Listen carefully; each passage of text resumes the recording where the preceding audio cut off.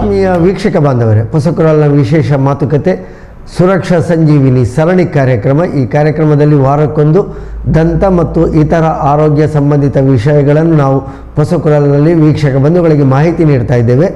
ಮಂಗಳೂರಿನ ಚೂಂತಾರು ಸರೋಜಿನಿ ಭಟ್ ಪ್ರತಿಷ್ಠಾನ ರಿಜಿಸ್ಟರ್ಡ್ ಇವರ ಪ್ರಾಯೋಜಕತ್ವದಲ್ಲಿ ಡಾಕ್ಟರ್ ಮುರಳಿ ಮೋಹನ್ ಚೂಂತಾರವರು ಈ ಕಾರ್ಯಕ್ರಮವನ್ನು ಸಾಮಾನ್ಯವಾಗಿ ನಡೆಸಿಕೊಡ್ತಾ ಇದ್ದಾರೆ. ಆದರೆ ಈ ವಾರದ ವಿಶೇಷವಾಗಿ ನಮ್ಮೊಂದಿಗಿದ್ದಾರೆ ಡಾಕ್ಟರ್ ಅಶ್ವಿನಿ ಪರಕಜೆಯವರು. ಇವರು ಕಳೆದ 2 ವರ್ಷಗಳಿಂದ ದಂತ ಚಿಕಿತ್ಸೆಯಲ್ಲಿ ತೊಡಗಿಸಿಕೊಂಡಿದ್ದಾರೆ. ಬೆಂಗಳೂರಿನ ದಂತ ಮಹಾವಿದ್ಯಾಲಯದಲ್ಲಿ ಕಲಿತು ಇದೀಗ ಉನ್ನತ ವ್ಯಾಸಂಗವನ್ನು ಮಾಡ್ತಾ ಇದ್ದಾರೆ. ಅವರು ಇಂದಿನ ಈ ಸರಣಿ ಕಾರ್ಯಕ್ರಮದಲ್ಲಿ ದಂತ ಸುರಕ್ಷತೆಯ ಆ ಒಂದು ಕಾರ್ಯಕ್ರಮವನ್ನು ನಡೆಸಿಕೊಡ್ತಾ ಇದ್ದಾರೆ. ಅವರನ್ನು ಈ ಕಾರ್ಯಕ್ರಮಕ್ಕೆ ಎಲ್ಲ ವೀಕ್ಷಕ ಬಂಧುಗಳ ಪರವಾಗಿ ಸ್ವಾಗತಿಸ್ತಾ ಇದ್ದೇವೆ. ಸ್ವಾಗತ. ನಮಸ್ಕಾರ ಡಾಕ್ಟರ್ ಅಶ್ವಿನ್ ರವರೇ, ನಾವು ಈ ವಾರ ಸುರಕ್ಷಾ ಸಂಜೀವಿನಿಯಲ್ಲಿ ದಂತ ಸುರಕ್ಷೆ, ಅದರಲ್ಲೂ ಕೂಡ ಟೆಂಪರೋ ಮಾಂಡಿಬಲ್ ಎನ್ನುವಂತಹ ಒಂದು ಕೀಲು ಸಂಬಂಧಿತ ಸಮಸ್ಯೆಯ ಬಗ್ಗೆ ಮಾತನಾಡ್ತಾ ಇದ್ದೇವೆ. ಟೆಂಪರೋ ಮಾಂಡಿಬುಲಾರ್ ಅಂತ ಹೇಳಿದರೆ ಕೂಡಲೇ ನಮಗೆ ಯಾರಿಗೂ ಸಾಮಾನ್ಯ ಭಾಷೆಯಲ್ಲಿ ಅರ್ಥ ಆಗುವುದಿಲ್ಲ. ಆದರೆ ನಾನು ನಿಮ್ಮ ಹತ್ರ ಕೇಳಿ ತಿಳಿದ ಹಾಗೆ ಇದು ದಂತದ ಒಂದು ದವಡೆಯ ಕೀಲು ಸಂಬಂಧಿತ, ದವಡೆ ಕೀಲು ಅಂತ ಹೇಳ್ತೇವೆ, ದವಡೆ ಸಂಧಿ ಅಂತ ಹೇಳ್ತೇವೆ, ಅದರ ಒಂದು ತೊಂದರೆಯ ಬಗ್ಗೆ ಏನು ಇದು ಟೆಂಪರೋ ಮಾಂಡಿಬುಲಾರ್ ಕೀಲು ಸಮಸ್ಯೆ ಅಂದರೆ? ಟೆಂಪೊರೊಮ್ಯಾಂಡಿಬುಲರ್ ಕೀಲು ಅಥವಾ ಟೆಂಪೊರೊಮ್ಯಾಂಡಿಬುಲರ್ ಜಾಯಿಂಟ್ ಅನ್ನು ನಾನು ಈಗ ಈ ಸ್ಕಲ್ ಮೂಲಕ ನಿಮಗೆ ತೋರಿಸ್ತೇನೆ. ಇದೀಗ ಒಂದು ಮಾಡೆಲ್, ಸ್ಕಲ್ಲಿನ ಮಾಡೆಲ್, ನಮ್ಮ ಮುಖದ ಒಂದು ಸ್ಕಲ್ ಯಾವ ರೀತಿ ಇರ್ತದೆ ಅಂತ ಹೇಳಿ. ಇದರಲ್ಲಿ ಈಗ ಇಲ್ಲಿ ನೀವು ನೋಡ್ತಾ ಇರುವಾಗ ಇದು ಕೆಳ ದವಡೆ, ಇಲ್ಲಿ ಹಲ್ಲುಗಳ ಮಾಡೆಲ್ ಇದೆ, ಇದು ಕೆಳಗಿನ ದವಡೆ, ಇದು ಮೇಲಿನ ದವಡೆ.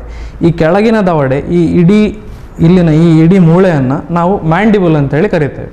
ಇಲ್ಲಿ ಈ ಜಾಗವನ್ನು ನಮ್ಮ ತಲೆಯ ಬದಿಯ ಈ 2 ಸೈಡ್ ಬದಿಯ ಇಲ್ಲಿ ಇರುವ ಮೂಳೆಯನ್ನು ಟೆಂಪೋರಲ್ ರೀಜನ್ ಅಂತೇಳಿ ಹೇಳ್ತೇವೆ. ಹಾಗಾದ ಕಾರಣ ಈ ಮ್ಯಾಂಡಿಬಲ್ ಮತ್ತು ಈ ಟೆಂಪೋರಲ್ ರೀಜನ್ ಇದೆರಡನ್ನು ಜೋಡಿಸುವ, ಬೆಸೆಯುವ ಅಥವಾ ಮೇಲ್ದವಡೆಗೆ ಇದನ್ನು ಬೆಸೆಯುವ, ಅದಕ್ಕೆ ಒಂದು ಸಂಬಂಧ ಮಾಡುವಂತಹ ಈ ಜಾಯಿಂಟನ್ನು ಟೆಂಪೊರೊಮ್ಯಾಂಡಿಬುಲರ್ ಕೀಲು ಅಥವಾ ಟೆಂಪೊರೊಮ್ಯಾಂಡಿಬುಲರ್ ಜಾಯಿಂಟ್ ಅಂತ ಹೇಳ್ತೇವೆ.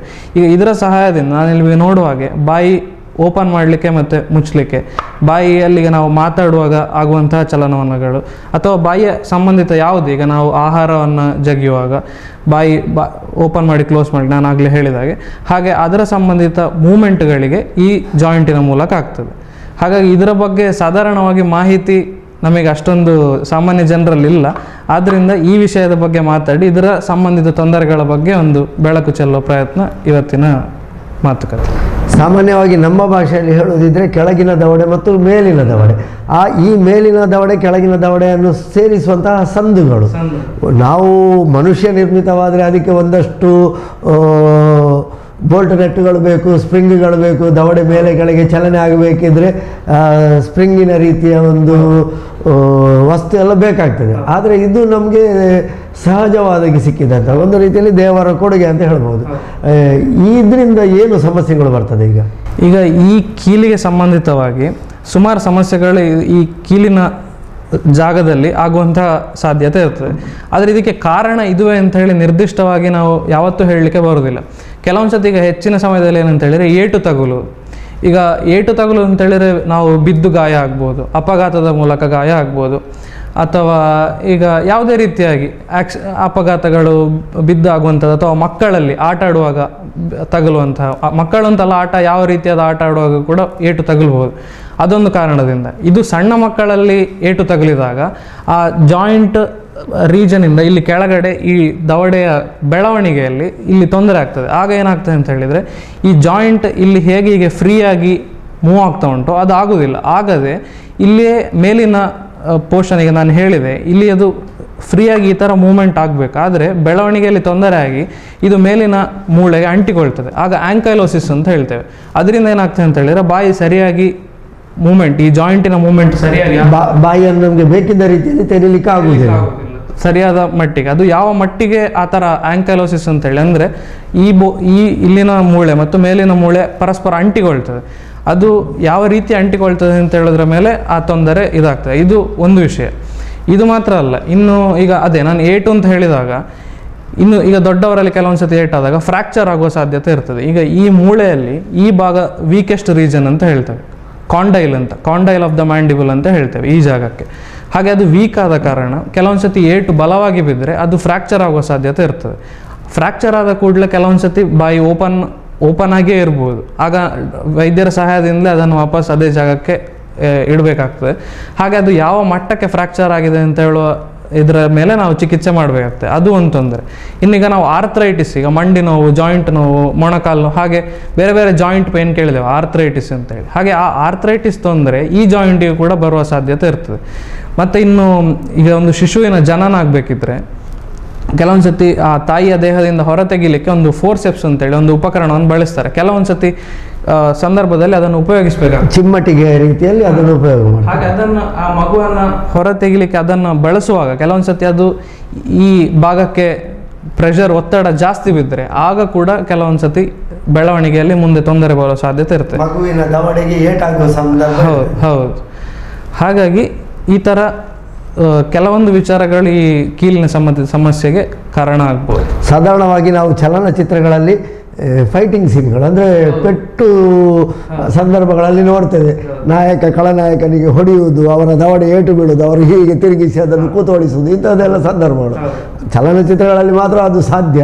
ನಿಜ ಜೀವನದಲ್ಲಿ ಆ ರೀತಿಯಾಗಿ ದವಡೆಗಳು ತಿರುಗಿದ್ರೆ ಕೂತೋಳಿಸಲಿಕ್ಕೆ ಸಾಧ್ಯ ಇಲ್ಲ ಅಂತ ನಾವು ತಿಳ್ಕೊಳ್ಬಹುದು. ಯಾಕೆಂದರೆ ನೀವು ಹೇಳಿದ ಹಾಗೆ ವೈದ್ಯರ ಸಹಾಯ ಇಲ್ಲದೆ ಒಮ್ಮೆ ದವಡೆಗೆ ಆಚೆ ಈಚೆ ಆದರೆ ಅದನ್ನು ಅಷ್ಟು ಸುಲಭವಾಗಿ ಮತ್ತೆ ಸೇರಿಸಲಿಕ್ಕೆ ಸಾಧ್ಯ ಇಲ್ಲ. ಚಿತ್ರಗಳಲ್ಲಿ ಅದನ್ನು ತೋರಿಸ್ತಾರೆ.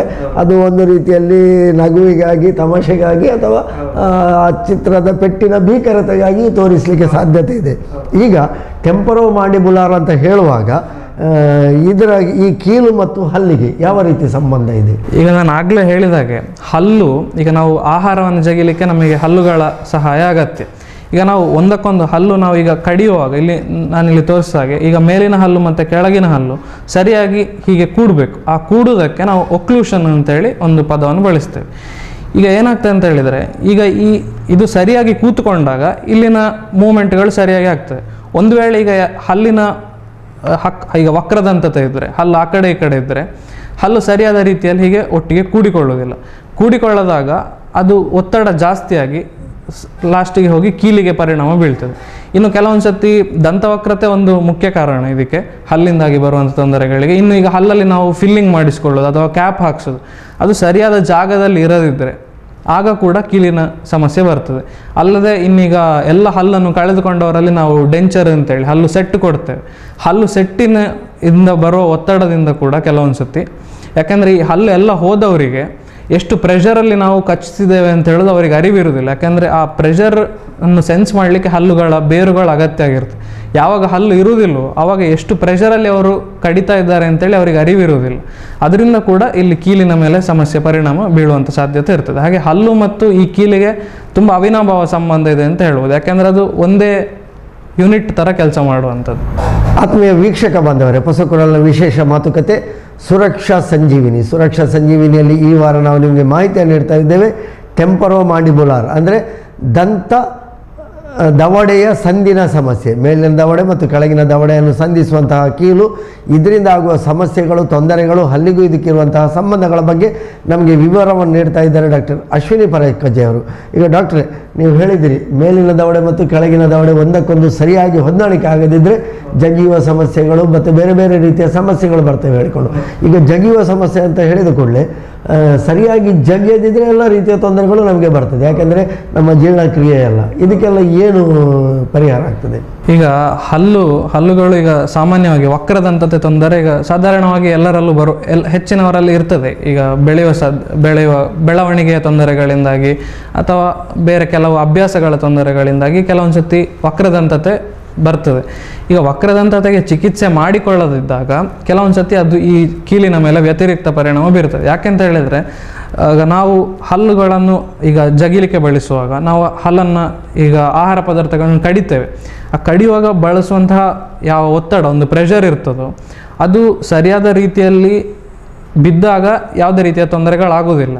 ಆದರೆ ಈ ಹಲ್ಲುಗಳು ಅದರ ಸರಿಯಾದ ಸ್ಥಾನದಲ್ಲಿ ಇಲ್ಲದೆ ಆ ಕಡೆ ಈ ಕಡೆ ಇತ್ತು ಅಂತೇಳಿ ಆದರೆ ಆಗ ಉಂಟಾಗುವ ಒಂದು ಒತ್ತಡ ಸ್ವಲ್ಪ ಹೆಚ್ಚಿನ ಒತ್ತಡ ಆಗಿರ್ತದೆ. ಅದು ಈ ಕೀಲಿನ ಮೇಲೆ ಒಂದು ವ್ಯತಿರಿಕ್ತ ಪರಿಣಾಮ ಬೀಳ್ಬೋದು ಅದರಿಂದಾಗಿ. ಹಾಗೆ ಇಲ್ಲಿ ಕೀಲು ಮಾತ್ರ ಅಲ್ಲ, ಈ ಕೀಲು ಮೂಮೆಂಟ್ ಆಗಬೇಕು ಅಂತೇಳಿ ಆದರೆ ಅದರ ಸುತ್ತಮುತ್ತ ಕೆಲವು ಲಿಗಮೆಂಟ್ಗಳಿದೆ, ಕೆಲವು ಮಾಂಸಖಂಡಗಳಿದೆ. ಹಾಗಾದ ಕಾರಣ ಆ ಒತ್ತಡ ಈ ಮಾಂಸಖಂಡಗಳ ಮೇಲೂ ಕೂಡ ಬೀಳ್ತದೆ. ಅದು ಯಾವ ಒಂದು ಪೊಸಿಷನಲ್ಲಿ ಅದಕ್ಕೊಂದು ರೇಂಜ್ ಅಂತೇಳಿ ಇರ್ತದೆ, ಇಷ್ಟೇ ಮೂಮೆಂಟ್ ಆಗಬೇಕದು ಅಂತ. ಅಥವಾ ಇಷ್ಟರ ಮಟ್ಟಿಗೆ ಆಗಬೇಕು, ಇಷ್ಟು ಫೋರ್ಸ್ ಬಿದ್ದರೆ ಅದು ನಾರ್ಮಲ್ ಆಗಿರ್ತದೆ ಅಂತೇಳಿ ಇರ್ತದೆ. ಅದನ್ನು ಮೀರಿ ಹೋಗುವಂತಹ ಫೋರ್ಸ್ಗಳು ಕೆಲವೊಮ್ಮೆ ಬಿದ್ದಾಗ ಆಗ ಈ ಕೀಲು ಮತ್ತು ಅದರ ಸುತ್ತಮುತ್ತಲಿರುವ ಮಾಂಸಖಂಡಗಳಿಗೆ ಹೆಚ್ಚಿನ ಒತ್ತಡ, ಹೆಚ್ಚಿನ ಸ್ಟ್ರೆಸ್ ಬೀಳ್ತದೆ. ಅದರಿಂದಾಗಿ ಕ್ರಮೇಣ ನೋವು, ಹೀಗೆ ಹಲವಾರು ತೊಂದರೆಗಳು ಇದರ ಸುತ್ತಮುತ್ತದಲ್ಲಿ ಬರುವ ಸಾಧ್ಯತೆ ಇರ್ತದೆ. ನಾವು ಸಾಮಾನ್ಯ ಭಾಷೆಯಲ್ಲಿ ಹೇಳುವುದಿದ್ದರೆ ನಮ್ಮ ಒಂದು ವಾಹನದ ಗಾಳಿ ಅಥವಾ ಟೈರಿನ ಗಾಳಿ ಅದೆಲ್ಲ ಸರಿಯಾಗಿಲ್ಲದಿದ್ದರೆ ವಾಹನದ ಮೈಲೇಜ್ ಕಡಿಮೆ ಆಗ್ತದೆ ಅಂತ ಹೇಳ್ತೇವೆ. ಅದನ್ನು ಕಾಲಕ್ಕೆ ನಾವು ಸರಿ ಮಾಡಿಸಿಕೊಳ್ಬೇಕು ಅಂತ ಹೇಳಿ. ಅದೇ ರೀತಿಯಾಗಿ ನಮ್ಮ ಹಲ್ಲಿನ ದವಡೆಯ ಒತ್ತಡಗಳು ಅದು ಸರಿಯಾದ ಪ್ರಮಾಣದಲ್ಲಿ ಇಲ್ಲದಿದ್ದರೆ ಅದರಿಂದ ಕೂಡ ನಮ್ಮ ದೇಹದ ಮೇಲೆ, ಆರೋಗ್ಯದ ಮೇಲೆ ಪರಿಣಾಮ ಬೀರುವ ಸಾಧ್ಯತೆಗಳು. ಹೇಗೆ ವಾಹನಗಳ ಗಾಳಿಯಾದ ಹಿಡಿದು ಎಲ್ಲ ರೀತಿಯ ಜೋಡಣೆಗಳು ಸರಿಯಾಗಿಲ್ಲದಿದ್ದರೆ ವಾಹನ ತೊಂದರೆ ಆಗ್ತದೆ, ಅದೇ ರೀತಿ ನಮ್ಮ ದೇಹದ ಮೇಲೆ ಈ ದವಡೆಯ ಸಂದುಗಳು ಪರಿಣಾಮ ಬೀರ್ತದೆ. ಈಗ ಈ ದವಡೆಯ ಸಂದುಗಳು ಒಂದು ವೇಳೆ ಸರಿಯಾಗಿ ಇಲ್ಲ, ನೀವು ಹೇಳಿದ ಹಾಗೆ ಒತ್ತಡಗಳು ಹೆಚ್ಚು ಕಡಿಮೆ ಆಗುತ್ತಾ ಇವೆ.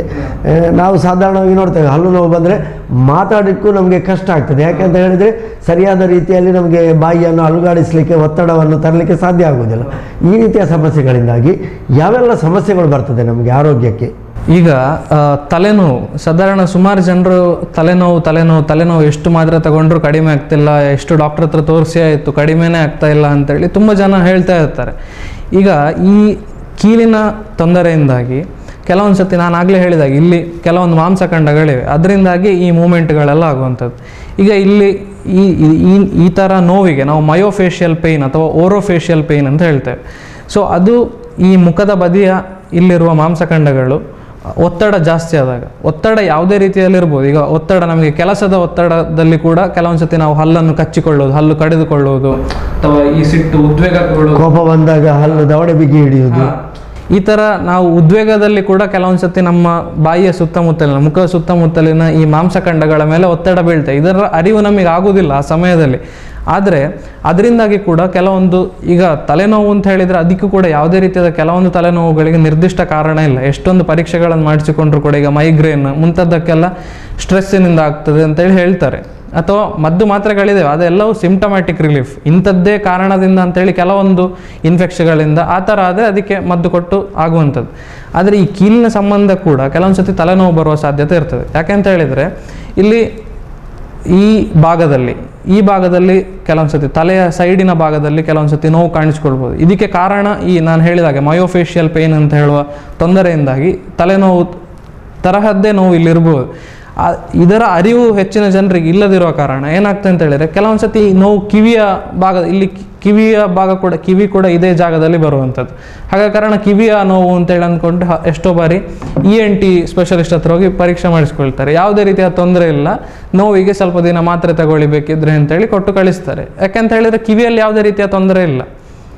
ಹಾಗೆ ತಲೆನೋವು ಅಂತೇಳಿ, ಮೈಗ್ರೇನ್ ಅದು ಇದು ಅಂತೇಳಿ ಹಲವಾರು ಮದ್ದು ಮಾತ್ರೆಗಳನ್ನು ತಗೊಳ್ಬೋದು. ಆದರೆ ಯಾವುದನ್ನು ಮಾಡಿ ಕೂಡ ಫಲ ಸಿಗ್ತಿಲ್ಲ ಅಂತೇಳಿ ಆಗೋವಾಗ ಅಷ್ಟೇ ಬೇರೆ ವೈದ್ಯರಿಗೆ ಇದನ್ನು ಡಯಾಗ್ನೋಸಿಸ್ಗೆ ಬರುವ ಸಾಧ್ಯತೆ. ಅಂದರೆ ಇದನ್ನು ಯಾರು ಅಷ್ಟೊಂದು ಗಮನಕ್ಕೆ ತಗೊಳ್ಳೋದಿಲ್ಲ, ಜನರಿಗೂ ಅರಿವಿಲ್ಲ, ವೈದ್ಯರು ಕೂಡ ಬೇರೆ ತಲೆನೋವಿನ ಲಕ್ಷಣ ಮತ್ತು ಇದರ ಲಕ್ಷಣಗಳು ಕೆಲವೊಂದು ಬಾರಿ ಒಂದೇ ಥರ ಇದ್ದಾಗ ಅವರಿಗೂ ಕೂಡ ಕೆಲವೊಂದು ಸತಿ ಇದನ್ನು ಕಂಡುಹಿಡಿಯುವುದು ತಲೆನೋವಾಗಿ. ವೈದ್ಯರಿಗೂ ಈ ಸಾಧ್ಯತೆಗಳನ್ನು ಗಮನಿಸಲಿಕ್ಕೆ ಆಗುವುದಿಲ್ಲ. ಅಂದರೆ ಸಾಧಾರಣವಾಗಿ ಅವರ ಜನರಲ್ ಪ್ರಾಕ್ಟೀಸ್ನಲ್ಲಿ ಇದನ್ನು ಗಮನಿಸಲಿಕ್ಕೆ ಕೆಲವೊಂದು ಸತಿ ಬಿಟ್ಟು ಹೋಗುವ ಸಾಧ್ಯತೆ ಇರ್ತದೆ. ಯಾಕೆಂತ ಹೇಳಿದರೆ ಇದರ ಲಕ್ಷಣ ಮತ್ತು ಬೇರೆ ತಲೆನೋವುಗಳ ಲಕ್ಷಣ ಕೆಲವೊಂದು ಬಾರಿ ಒಂದೇ ರೀತಿ ಕಾಣುವಂಥದ್ದು, ಅಥವಾ ಈ ರೋಗಿ ವೈದ್ಯನಿಗೆ ಹೇಳುವ ಇದರಲ್ಲಿ ಕೂಡ ಆ ಥರ ಬರ್ಬೋದು. ದಂತವೈದ್ಯರಿಗೆ ಇದು ಕಂಡುಹಿಡಿಯೋಕ್ಕೆ ಸ್ವಲ್ಪ ಸುಲಭ. ಯಾಕೆಂತ ಹೇಳಿದರೆ ಬಾಯಿ ಸಂಬಂಧಿತ ಯಾವುದೇ ರೀತಿಯಾದ ತೊಂದರೆ ಇಲ್ಲ, ಹಲ್ಲಿನಲ್ಲಿ ತೊಂದರೆ ಇಲ್ಲ, ಈ ಜಾಗದಲ್ಲಿ ನೋವು ಅಂತ ಹೇಳಿದರೆ ಕೂಡ ದಂತವೈದ್ಯರಿಗೆ ಮೊದಲು ತಲೆಗೆ ಬರುವಂಥದ್ದು ಇದರ ಕೀಲಿನ ತೊಂದರೆ ಇರ್ಬೋದು ಅಂತ, ದವಡೆ ಸಂದುವಿನ.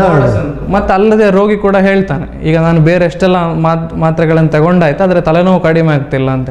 ಆಗ ಈ ಕಾರಣದಿಂದ ಆಗಿರ್ಬೋದು ಈ ಮಯೋಫೇಶಿಯಲ್ ಪೇಯ್ನ್ ಅಂತ ಹೇಳೋದು. ಇದು ಹೆಚ್ಚಾಗಿ ಸ್ವಲ್ಪ ಮಧ್ಯವಯಸ್ಕರಲ್ಲಿ ಬರ್ತದೆ. ಈಗ ಸಾಧಾರಣವಾಗಿ ದಂತ ಸಮಸ್ಯೆಗಳು ಅಂದರೆ ದವಡೆಯ ಸಮಸ್ಯೆಗಳು ಯಾವ ಪ್ರಾಯದಲ್ಲಿ ಕಂಡು ಬರ್ತದೆ, ಅಥವಾ ನೀವು ಹೇಳಿದ್ರಿ ಮಧ್ಯಪ್ರಾಯದಲ್ಲಿಗಳು, ಇದರ ಲಕ್ಷಣಗಳೇನು, ಇದನ್ನು ನಾವು ಹೇಗೆ ಕಂಡು ಹಿಡಿಬಹುದು? ಹೌದು, ಈಗ ಇದರಲ್ಲಿ ಬೇರೆ ಬೇರೆ ರೀತಿಯ ತೊಂದರೆಗಳು ಬೇರೆ ಪ್ರಾಯದವರಿಗೆ ಬರ್ತದೆ. ಹೆಚ್ಚಾಗಿ ಇತ್ತೀಚಿನ ದಿನಗಳಲ್ಲಿ ಈ ಮಯೋಫೇಶಿಯಲ್ ಪೇಯ್ನ್ ಕೇಸ್ಗಳು ಹೆಚ್ಚಾಗಿವೆ. ಅಂದರೆ ಅದು ಈಗ ನಾನು ಹೇಳಿದಾಗ ಅರಿವಿಲ್ಲದ ಕಾರಣ ಎಷ್ಟೋ ಬಾರಿ ಈ ಕೇಸ್ಗಳನ್ನು ಡಯಾಗ್ನೋಸಿಸ್ ಆಗೇ ಇರುವುದಿಲ್ಲ. ಎಷ್ಟೋ ಜನರಿಗೆ ನೋವು ಇರ್ತದೆ, ಮಾತ್ರೆಗಳನ್ನು ತಗೊಳ್ತಾ ಇರ್ತಾರೆ, ಅವರ ಎಡೆಬಿಡದ ಜೀವನದಲ್ಲಿ ಇದರ ಬಗ್ಗೆ ಗಮನ ಹರಿಸಲಿಕ್ಕೆ ಇರುವುದಿಲ್ಲ. ಆದರೆ ನೋವಿಂದ ಕಂಟಿನ್ಯೂಸ್ ಆಗಿ ಸಫರ್ ಆಗ್ತಾನೆ ಇರ್ತಾರೆ. ಅದು ಕೆಲವೊಂದು ಸತಿ ಹಲ್ಲುಗಳು ನಾನು ಹೇಳಿದಾಗೆ ಸರಿಯಾಗಿ ಕೂತ್ಕೊಳ್ಳದೇ ಇರುವಂಥದ್ದು. ಅದರಿಂದಾಗಿ ಹಲ್ಲು ಸರಿಯಾಗಿ ಅದರ ಜಾಗದಲ್ಲಿ ಕೂತ್ಕೊಳ್ಳಿಲ್ಲ ಅಂತೇಳಿ ಆದರೆ ಇಲ್ಲಿರುವ ಮಾಂಸಖಂಡಗಳು ಅದು ಯಾವ ರೆಸ್ಟ್ ಪೊಸಿಷನಲ್ಲಿ ಬಂದು ನಿಲ್ಲಬೇಕು, ತನ್ನ ಕಾರ್ಯ ಆದಮೇಲೆ ಯಾವ ರೆಸ್ಟ್ ಪೊಸಿಷನಲ್ಲಿ ಇರಬೇಕು ಆ ನಿರ್ದಿಷ್ಟ ಸ್ಥಾನಕ್ಕೆ ಬರುವುದಿಲ್ಲ, ಸ್ಟ್ರೆಚ್ ಆಗಿಯೇ ಉಳಿತದೆ ಕೆಲವೊಂದು ಬಾರಿ ಈ ಥರ ಸರಿಯಾದ ಜಾಗದಲ್ಲಿ ಹಲ್ಲು ಕೂತ್ಕೊಳ್ಳದೇ ಇದ್ದಾಗ. ಆಗ ಇದರ ಮೇಲೆ ಒತ್ತಡ ಜಾಸ್ತಿಯಾಗಿ ಕೂಡ ನೋವು ಬರುವಂಥದ್ದು ಇರ್ತದೆ. ಇದು ಈ ಮಧ್ಯವಯಸ್ಕರಲ್ಲಿ ಜಾಸ್ತಿ ಇಂತಹ ತೊಂದರೆಗಳು, ಈ ಮಯೋಫೇಶಿಯಲ್ ಪೇನ್. ಆಗ ನಾನು ಹೇಳಿದಾಗ ಆ್ಯಂಕೈಲೋಸಿಸ್ ಅಂತೇಳಿ ಈ ಜಾಯಿಂಟ್ ಮೇಲಿನ ಮೂಳೆಗೆ ಅಂಟಿಕೊಂಡಿರುವಂಥದ್ದು, ಅಂತಹ ತೊಂದರೆ ಹೆಚ್ಚಾಗಿ ಮಕ್ಕಳಲ್ಲಿ ಬರ್ತದೆ. ಮತ್ತು ಆರ್ಥ್ರೈಟಿಸ್ ಅಂತ ನಾನು ಹೇಳಿದೆ, ಇದು ಮಂಡಿ ನೋವು. ಈಗ ನಾವು ಹೇಗೆ ಪ್ರಾಯದವರಲ್ಲಿ ನಾವು ನೋಡ್ತೇವೆ ಅದೇ ಥರ ಈ ಜಾಯಿಂಟಿನ ತೊಂದರೆ ಆರ್ಥ್ರೈಟಿಸ್, ಆಸ್ಟಿಯೋ ಆರ್ಥ್ರೈಟಿಸ್ ಆಗಿರ್ಬೋದು, ರುಮಟೆಡ್ ಆರ್ಥ್ರೈಟಿಸ್, ಇದು ಹೆಚ್ಚಾಗಿ ಸ್ವಲ್ಪ ವಯಸ್ಕರಲ್ಲಿ ಬರುವಂತಹ ತೊಂದರೆಗಳು. ಇನ್ನು ಲಕ್ಷಣಗಳು ಅಂತ ಹೇಳಿದರೆ ಒಂದನೇದಾಗಿ ನೋವು ಇರ್ಬೋದು. ಕೆಲವೊಂದು ಜನರಿಗೆ ನೋವು ಇರುವುದೇ ಇಲ್ಲ, ಯಾವುದೇ ರೀತಿಯಾದ ನೋವು ಸುಮಾರು ಸಮಯ ಇರುವುದಿಲ್ಲ. ಬರೀ ಬಾಯಿ ಓಪನ್ ಮಾಡಿ ಮುಚ್ಚುವಾಗ ಕ್ಲಿಕ್ ಅಂತ ಹೇಳುವ ಶಬ್ದ ಅಥವಾ ಪಾಪ್ ಥರ ಒಂದು ಶಬ್ದ, ಬಾಯಿ ಓಪನ್ ಮಾಡಿ ಮುಚ್ಚುವಾಗ ಇಲ್ಲಿ ಶಬ್ದ ಕೇಳುವಂಥದ್ದು, ಅಂತಹ ಒಂದು ಲಕ್ಷಣ ಹೆಚ್ಚಾಗಿ ಕಂಡು ಬರ್ತದೆ. ನೋವು ಎಲ್ಲರಲ್ಲಿ ಕಂಡು ಬರುವುದಿಲ್ಲ, ಕೆಲವೊಂದು ಸತಿ ಕಂಡು ಬರ್ತದೆ ಅಷ್ಟೇ. ಮತ್ತು ಕೆಲವೊಂದು ಸತಿ ಈ ನೋವಿನಿಂದಾಗಿ ಬಾಯಿ ಸರಿಯಾಗಿ ತೆರೀಲಿಕ್ಕೆ ಆಗದಿರುವಂಥದ್ದು, ಈ ತರಹ ಕೂಡ ಲಕ್ಷಣಗಳು ಕಂಡು ಬರ್ಬೋದು. ಮತ್ತು ತಲೆನೋವುಗಳು, ಬೇರೆ ಯಾವುದೇ ರೀತಿಯಾದ ತಲೆನೋವುಗಳಿಗೆ ಮದ್ದು ಮಾತ್ರೆಗಳಲ್ಲಿ ಕಡಿಮೆ ಆಗಲಿಲ್ಲ ಅಂತೇಳಿ ಅನ್ಡಯಾಗ್ನೋಸ್ಡ್ ಏನೂ ಆಗದಿರೋದು ಇದು ಕಾರಣ ಆಗಿರುವ ಸಾಧ್ಯತೆ ಇದೆ ಕೀಲಿನಿಂದಾಗಿ. ಸಾಧಾರಣವಾಗಿ ತಲೆನೋವು ಎಲ್ಲರಿಗಿರುವಂತಹ ಸಮಸ್ಯೆ.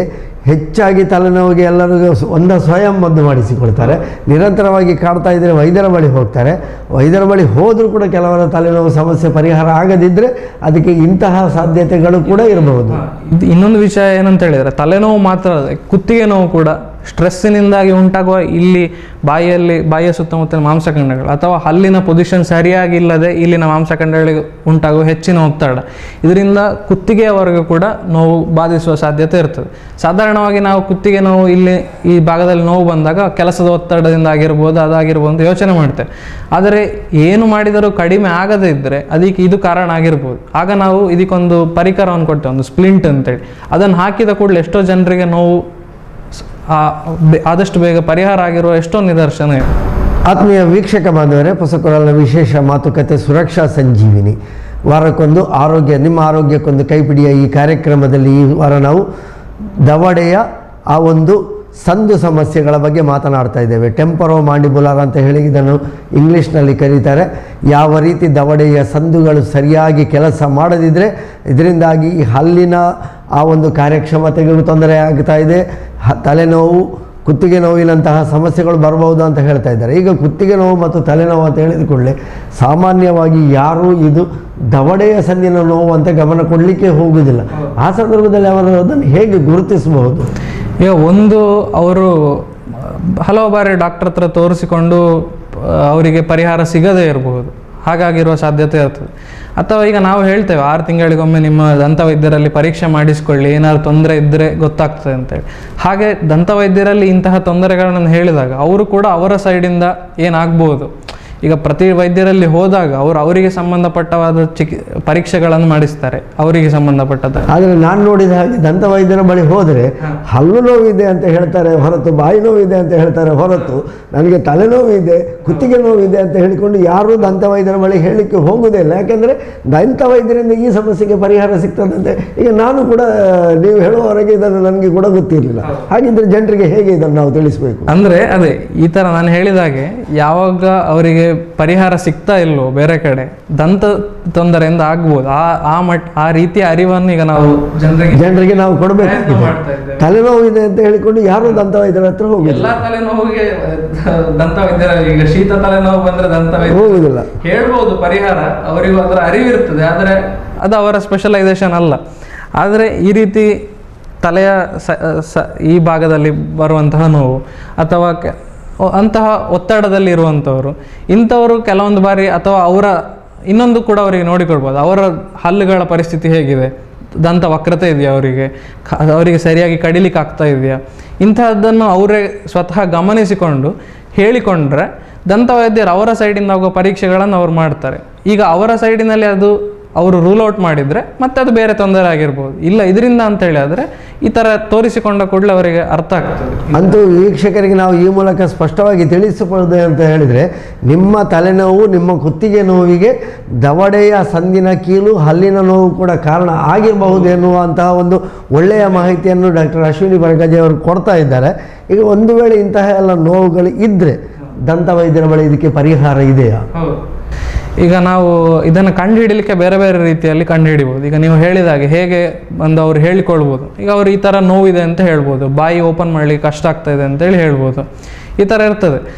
ಆಗ ನಾವು ಸಾಧಾರಣವಾಗಿ ಅವರ ಮಾತಿನಿಂದ, ಅವರ ಹಿಸ್ಟ್ರಿಯಿಂದ, ನಾವು ಪೇಷಂಟ್ ಹಿಸ್ಟ್ರಿಯಿಂದ ಅವ್ರ ಹತ್ರ ಕಂಪ್ಲೀಟಾಗಿ ಡೀಟೇಲ್ಸ್ ಕೇಳ್ತೇವೆ. ನೋವು ಯಾವ ಥರ ಇದೆ, ಎಷ್ಟು ದಿನದಿಂದ ಇದೆ, ಯಾವಾಗ ಬರ್ತದೆ, ಅದರ ಕಂಪ್ಲೀಟ್ ಪ್ಯಾಟರ್ನನ್ನು ನಾವು ಅರಿತುಕೊಂಡು ಅದರಿಂದ ಕೂಡ ನಮಗೆ ಸಾಧಾರಣವಾಗಿ ಅವರ ಮಾತಿನಿಂದ, ನಮಗೆ ಅವರ ಹಿಸ್ಟ್ರಿಯಿಂದ ನಮಗೊಂದು ಅರ್ಧ ಸುಳಿವು ಸಿಗ್ತದೆ. ಮತ್ತು ನಾವು ಮಾಡುವ ಪರೀಕ್ಷೆಗಳು ಅಂದರೆ ಇಲ್ಲಿನ ಈ ಮಾಂಸಖಂಡಗಳನ್ನು ಅದರ ಚಲನಗಳು ಸರಿಯಾಗಿ ಆಗ್ತಾ ಇದೆಯಾ ಅಂಥೇಳಿ ಆ ಥರ ಪರೀಕ್ಷೆ ಮಾಡುವಂಥದ್ದು ಇರ್ತದೆ. ಮತ್ತು ಇನ್ನೂ ಸ್ವಲ್ಪ ಅಡ್ವಾನ್ಸ್ಡ್ ಆಗಿ ಹೋಗ್ತಿದ್ರೆ ಈ ಮಾಂಸಖಂಡಗಳಿಗೆ ಎಷ್ಟು ಫೋರ್ಸ್ ಬೀಳಬೇಕು, ಅದಕ್ಕಿಂತ ಜಾಸ್ತಿ ಬೀಳ್ತಾ ಇದೆಯಾ ಅಂತೇಳಿ ನೋಡಲಿಕ್ಕೆ ಕೂಡ ಕೆಲವೊಂದು ಪರೀಕ್ಷೆಗಳಿದೆ. ಎಲೆಕ್ಟ್ರೋಮಯೋಗ್ರಫಿ ಅಂತೇಳಿ ಈ ಮಾಂಸಖಂಡಗಳನ್ನು ಪರೀಕ್ಷೆ ಮಾಡುವಂಥದ್ದು ಇದೆ. ಅದಲ್ಲದೆ ಈಗ ವಕ್ರದಂತದ ಇದ್ದರೆ ನಮಗೆ ಬಾಯಿ ಓಪನ್ ಮಾಡಿ ನೋಡಿ ಅವ್ರು ಯಾವ ರೀತಿ ಕಚ್ತಾ ಇದ್ದಾರೆ ಅಂತೇಳಿ ನೋಡಿದಾಗಲೇ ನಮಗೆ ಸಾಧಾರಣವಾಗಿ ಅಂದಾಜು ಆಗ್ತದೆ ಇದು ತೊಂದರೆ ಇರಬಹುದು ಅಂತೇಳಿ. ಇನ್ನೂ ಹೆಚ್ಚಿನ ಮಟ್ಟಿನ ಇದಕ್ಕೋಸ್ಕರ ನಾವೀಗ ಎಕ್ಸ್ರೇ ಮಾಡಿ ನೋಡ್ಬೋದು. ಎಕ್ಸ್ರೇಲಿ ಬೇರೆ ಬೇರೆ ವಿಧ ಇದೆ. CT ಸ್ಕ್ಯಾನ್ ಇಂಥದೆ, MRI ಅಂತ ಇದೆ. ಅದು ಇಲ್ಲಿನ ಬಾಯಿಯ ಸುತ್ತಮುತ್ತಲಿನ ತೊಂದರೆ ಕೂಡ ಬಳಸಿ ನಾವು ತೊಂದರೆಯನ್ನು ಇದೆ ಅಂತೇಳಿ ಕಂಡುಹಿಡಿಬೋದು. ಹಾಗೆ ಮತ್ತು ಯಾವ ರೀತಿಯ ತೊಂದರೆ ಇದೆಯೋ ಅದಕ್ಕೆ ತಕ್ಕದಾದ ಪರಿಹಾರ ಕೂಡ ನಮ್ಮಲ್ಲಿದೆ. ಈಗ ಒಂದು ವೇಳೆ ಶಸ್ತ್ರಚಿಕಿತ್ಸೆ ಕೆಲವೊಂದು ಸತಿ ಬೇಕಾಗ್ತದೆ. ನಾನು ಆಗಲೇ ಹೇಳಿದಾಗೆ ಈ ಮೇಲಿನ ಮೂಳೆಗೆ ಅಂಟಿಕೊಂಡಿದೆ ಅಂತೇಳಿ ಓಪನ್ ಮಾಡಲಿಕ್ಕೆ ಆಗ್ತಾ ಇಲ್ಲ ಅಂತೇಳಿ ಆದರೆ ನಮ್ಮಲ್ಲಿ ಬಾಯಿ ಮತ್ತು ಮುಖಾಂಗ ಶಸ್ತ್ರಚಿಕಿತ್ಸೆ ಅಂತೇಳಿ ದಂತಶಾಸ್ತ್ರದಲ್ಲಿ ಒಂದು ವಿಭಾಗ ಇದೆ. ಸೊ ಅವರು ಇದರ ಶಸ್ತ್ರಚಿಕಿತ್ಸೆಯನ್ನು ಮಾಡಿ ಪರಿಹಾರ ನೀಡ್ಬೋದು. ಅಥವಾ ಈಗ ಇದರ ಸಂಬಂಧಿತ ಫ್ರ್ಯಾಕ್ಚರ್ಗಳಾದ್ರೆ, ಈಗ ಕೆಲವೊಂದು ಸತಿ ಆಕ್ಸಿಡೆಂಟ್ ಆದಾಗ ದವಡೆ ಡಿಸ್ಲೊಕೇಟ್ ಆಗ್ತದೆ, ಡಿಸ್ಲೊಕೇಶನ್ ಅಂತೇಳಿ. ಅದು ಇಲ್ಲಿ ಮಾಂಸಖಂಡಗಳು ಸರಿಯಾಗಿ ಸಮರ್ಪಕವಾಗಿ ಕೆಲಸ ಮಾಡದಿದ್ದಾಗ ಕೂಡ ಕೆಲವೊಂದು ಸತಿ ಈ ಇಡೀ ದವಡೆ ಡಿಸ್ಲೊಕೇಟ್ ಆಗಿ ಕೆಳಗಡೆ ಬರ್ತದೆ. ಅವರಿಗೆ ಆಮೇಲೆ ಬಾಯಿ ಮುಚ್ಚಲಿಕ್ಕೆ ಆಗೋದಿಲ್ಲ, ಅದು ಇಲ್ಲಿ ಮುಂದೆ ಬಂದೊಂದು ಕಡೆ ಲಾಕ್ ಆಗಿ ನಿಲ್ತದೆ. ಆಗ ಕೂಡ ಕೆಲವೊಂದು ಸತಿ ದಂತವೈದ್ಯರು ಅದನ್ನು ಸರಿಯಾದ ನಿರ್ದಿಷ್ಟ ಸ್ಥಾನಕ್ಕೆ ಹೋಗುವಾಗೆ ಮಾಡ್ಬೋದು. ಫ್ರ್ಯಾಕ್ಚರ್ಗಳಾದರೂ ಕೂಡ ಅಷ್ಟೇ, ಬಾಯಿ ಮತ್ತು ಮುಖಾಂಗ ಶಸ್ತ್ರಚಿಕಿತ್ಸರು ಅದಕ್ಕೆ ಬೇಕಾದ ಚಿಕಿತ್ಸೆಯನ್ನು ಮಾಡ್ಬೋದು. ಹಾಗೆ ಮತ್ತು ನಾನು ಆಗಲೇ ಹೇಳಿದಾಗ ಈ ಮಯೋಫೇಶಿಯಲ್ ಪೇಯ್ನ್ ಅಥವಾ ಓರೋಫೇಶಿಯಲ್ ಪೇಯ್ನ್ ಅಂತೇಳಿ ಇಂತಹ ನೋವುಗಳಿಂದ ಬರುವ ತೊಂದರೆಗಳಿಗೆ ಮೊದಲು ಕಾರಣ ಏನು ಅಂತೇಳಿ ಕಂಡುಹುಡುಕ್ತೇವೆ. ಇಲ್ಲಿ ಏನಾದರೂ ಸ್ಟ್ರಕ್ಚರಲ್ ವೇರಿಯೇಷನ್ಸ್ ಇದ್ದರೆ, ಅಂದರೆ ಬಾಯಿಯ ಮತ್ತು ಇದರಲ್ಲಿರುವ ಆ ರೀತಿ ತೊಂದರೆ ಬರ್ತಿದ್ರೆ ಮೊದಲು ಅದಕ್ಕೆ ಪರಿಹಾರ ಮಾಡಬೇಕಾಗ್ತದೆ.